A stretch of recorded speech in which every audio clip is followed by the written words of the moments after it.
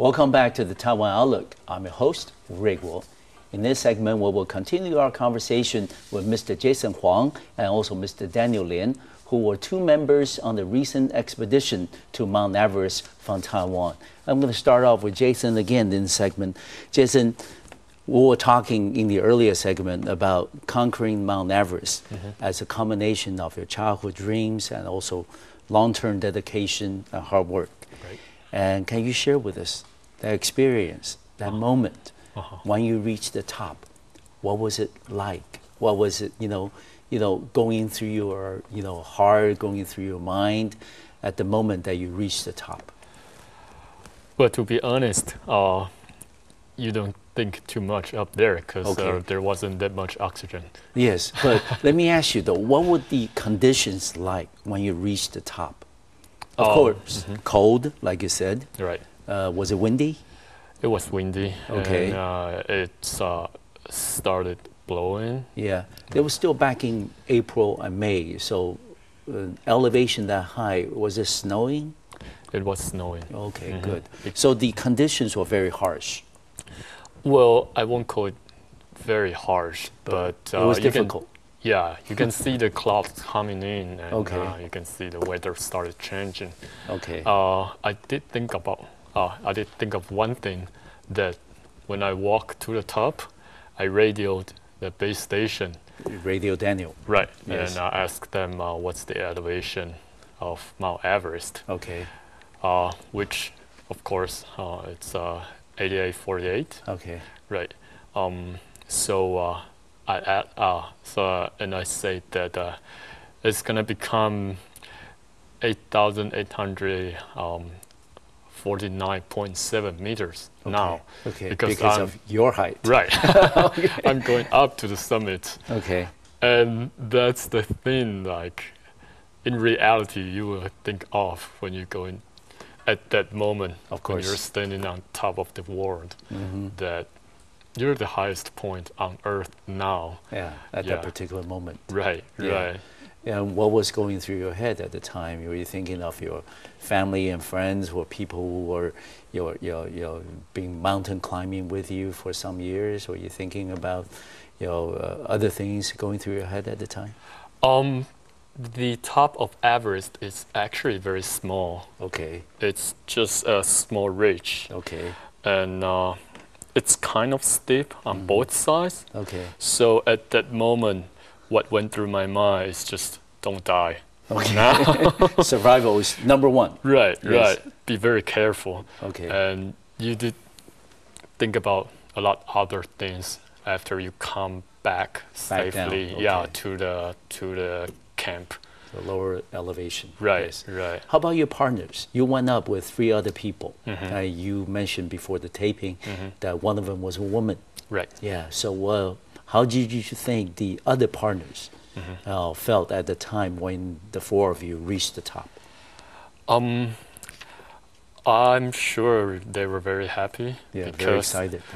Right. One of them, he attempted the climb 16 years ago. Oh, really? Right. He didn't get there. Right. Okay. And he reached the last camp, the highest camp, which is 8,300 meters. Okay. But he decided to turn around from that point. Okay. So for him, it's even more dream fulfilled. Yes. Right. But I suppose before you reach the top, the night before, when you like you said, the last camp before you tried the conquering the top, is that maybe that was the time that was most difficult for many of the climbers, because that was the time you needed to get a good night's rest. You need to make sure that everything maybe not going to plan perfectly, but relatively as you planned, it needs to be in place. All the conditions, external environment, and your personal well-being at the time. So maybe the night before, was it difficult for you falling asleep, and then you were very excited that, hey, tomorrow I'm going to give it a shot? Right, that's a very good question. Yeah. For every single night before summit bit, okay. I think we never really slept. Okay. Especially for Everest.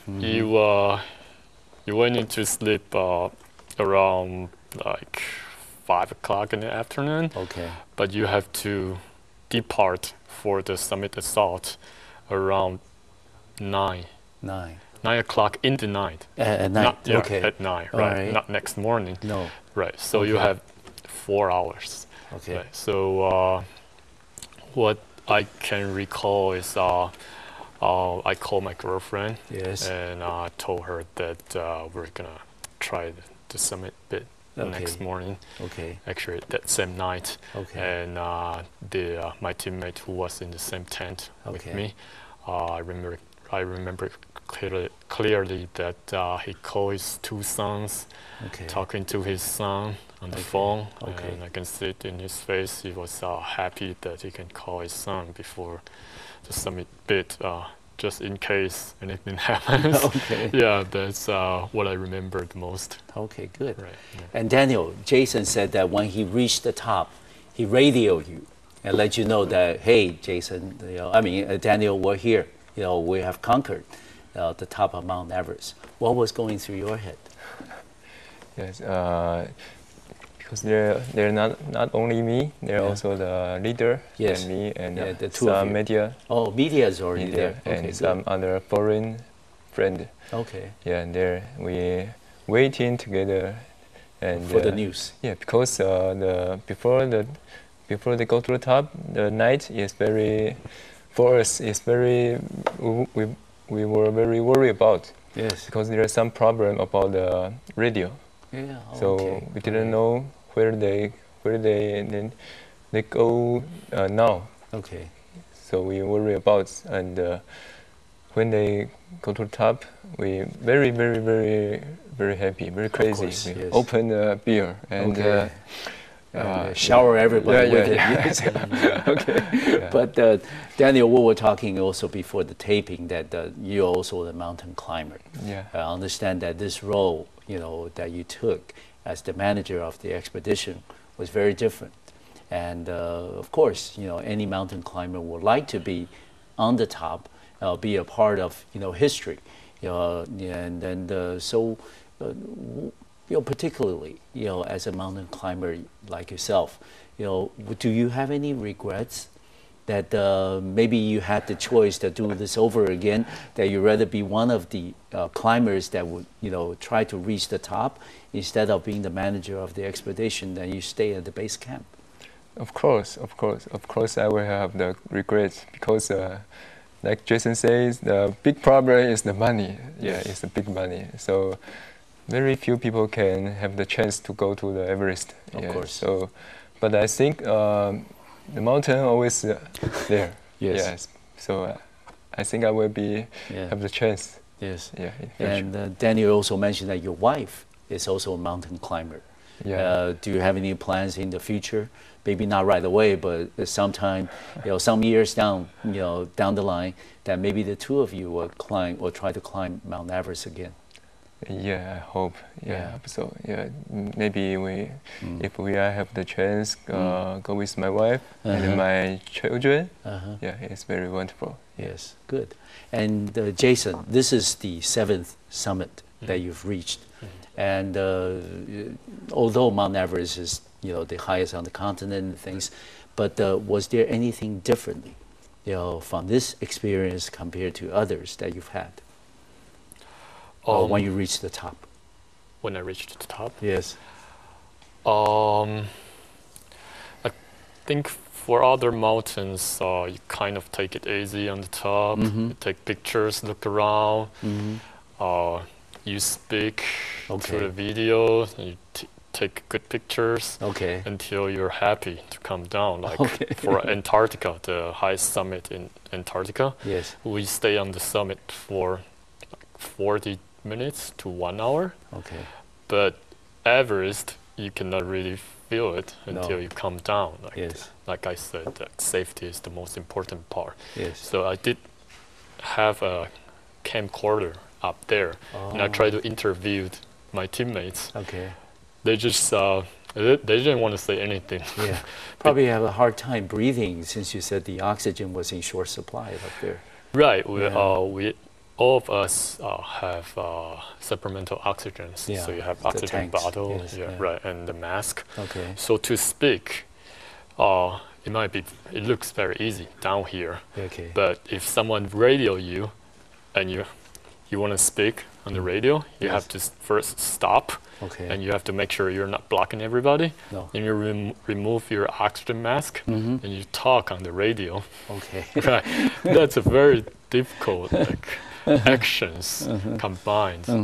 So, yeah, it's you don't think too much on the top. Yes. And also, Daniel, you mentioned about the the experience when you received the news that they've reached the top. How was that experience different from other experience that you had last year when you first were manager of an expedition team? Was it different this time with Mount Everest? With the difference with the other? Yeah. How do the two experiences compare? Because the Everest is the most dangerous. Yes. Yeah. So we're very nervous about it. Oh, okay. Especially when they go up to the last camp. Is almost at 8,000 meters. Yes.